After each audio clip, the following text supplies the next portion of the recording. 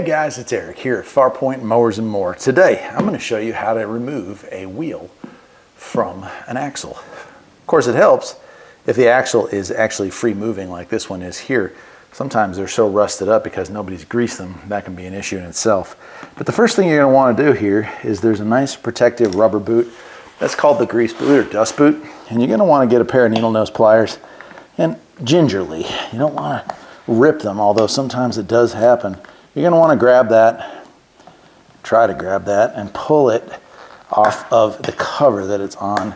And this can take some time because, well, they're not meant to come off very easily. We don't want them falling off while we're mowing. There we go. Okay, and you can see no damage to it, but it did take a couple of tries. And once we have it off, you can actually see there's dried grease there. That's not a good sign. So this thing does have some issues. And now you're left with this. And you're like, what? I don't really know what to do here. Well, that's okay. This part right here is called a C-clip. And you're going to use a flat blade screwdriver and simply catch underneath one of the little tabs here. And you're going to pull up. Whoa! And there it goes. They do tend to fly off into Never Never Land, but C-clip, because it looks like a C when you have it off. And sometimes, matter of fact, most of the time, they're just perfectly round. They don't have that little pattern right there, but this one has that. Now, some models will have a washer, some models will not, but if you do, you want to take that off. Then you should just be able to slide that wheel forward. That's it. So if you were replacing this rim with something you bought at Walmart or whatever, well, then you're ready to do that.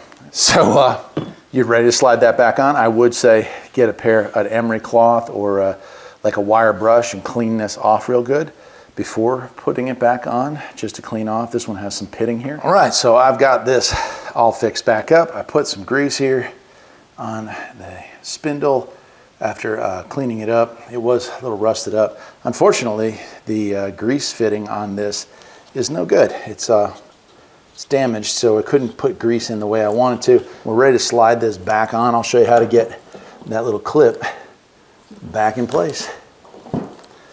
There we go. And you can see spins freely. We'll wipe off any excess grease, although the dust cover will help protect anything that we don't get. And just like before, we're going to put our metal washer on, and then we have our C-clip here. And so here's where it gets tricky. You want to start it with those needle nose. Oh, that went in real easy. I hope you saw that. There it is. I'm using my needle nose pliers. I'm grabbing the edge here, and I'm going to find that groove, and I'm going to push it down into that groove until it sits. And that is it. It's not coming out of there. We can move it so we know it's good. This actually can be even more difficult than that because these get so they don't have any good like tension to them anymore, or they're too tensioned. Let's go ahead and kind of squish it back on.